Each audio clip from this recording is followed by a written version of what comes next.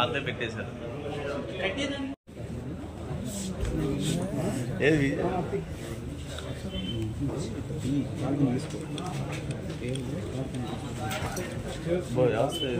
ఎక్కువగా అధిక భాగం ఉంటారు. వాళ్ళందరికీ ప్రోత్సాహం ఇవ్వాల్సిన గురుతర బాధ్యత ఎఫ్డీసీ మీద ఉందని చెప్పి గౌరవ ముఖ్యమంత్రి గారి ఆదేశాల మేరకు ఈ పోటీలు అనేవి ఇక్కడ నిర్వహించడం జరుగుతుంది.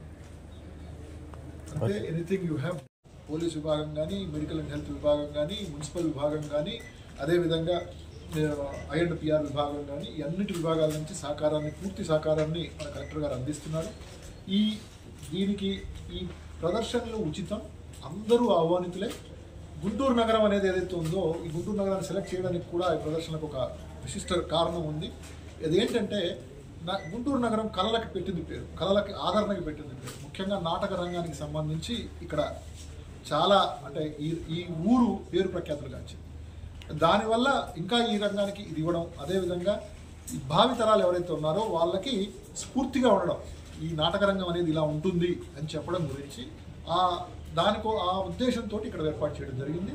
అదేవిధంగా మెయిన్ ఆడిటోరియంకి ఆ రోజు మహా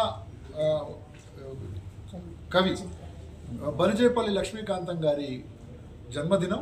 సో మెయిన్ ఆడిటోరియంకి బలిజేపల్లి లక్ష్మీకాంతం గారి పేరును పెట్టవలసిందిగా వివిధ నాటక రంగాల నుంచి వచ్చిన సూచనల మేరకు, అదేవిధంగా మెయిన్ ఆడిటోరియంకి బలిజేపల్లి లక్ష్మీకాంతం గారి ఆడిటోరియంగా పేరు పెట్టడం జరిగింది. బలిజేపల్లి లక్ష్మీకాంతం కళాప్రాంగంగా పేరు పెట్టడం జరిగింది.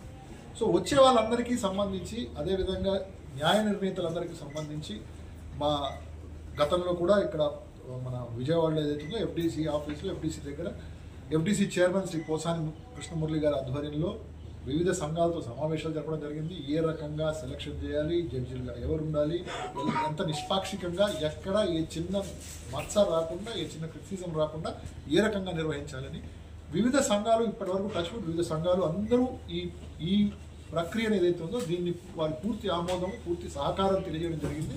వారందరికీ ధన్యవాదాలు.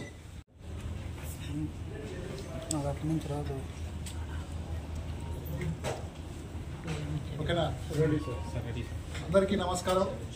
ముఖ్యంగా ఈరోజు ఇక్కడ సమావేశం అవడానికి కారణం, గుంటూరు పట్టణంలో ఈ నెల 23వ తారీఖు నుంచి 29వ తారీఖు వరకు నంది నాటకోత్సవాలు ఇక్కడ ఫైనల్ ఏవైతే ఉన్నాయో ఫైనల్ ప్రదర్శనలు, నంది నాటకోత్సవాల ఫైనల్ ప్రదర్శనలు ఇక్కడ జరగబోతుంది. ఈ నంది నాటకోత్సవాలని ఆంధ్రప్రదేశ్ రాష్ట్ర film, TV and theatre development corporation ఆధ్వర్యంలో ఈ నంది నాటకోత్సవాలు నిర్వహించడం జరుగుతుంది. సెప్టెంబర్ నెలలో ప్రిలిమినరీ పోటీలు జరిగాయి.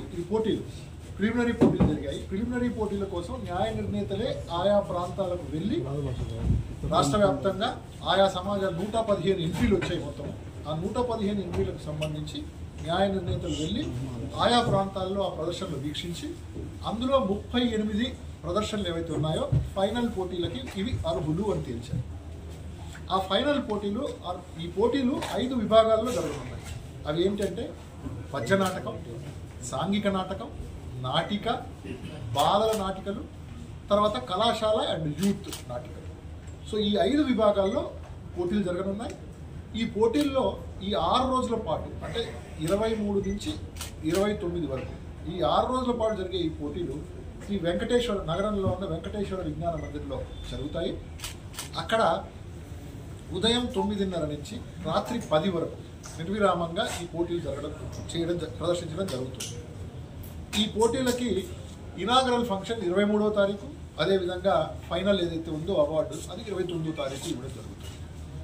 దాదాపు 78 అవార్డులు ఈ 6 రోజుల పాటు 7 రోజుల పాటు జరిగే ప్రదర్శన నుంచి వివిధ విభాగాల కింద 78 వివిధ బహుమతులు ఇవ్వడం జరుగుతుంది.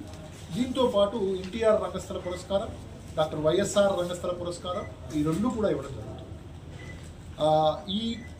ఇందుకు సంబంధించి కోఆర్డినేషన్ మీటింగ్ ఇవాళ కలెక్టర్ గారి నేతృత్వంలో జిల్లా అధికారులతో జరపడం జరిగింది.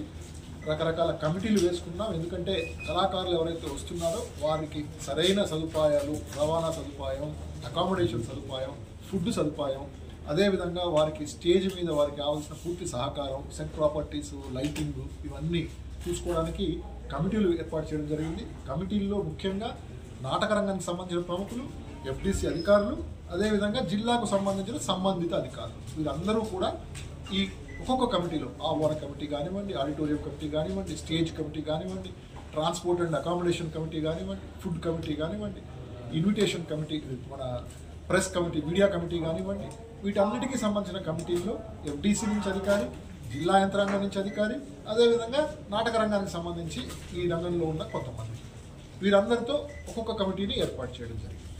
సో ఈ కార్యక్రమం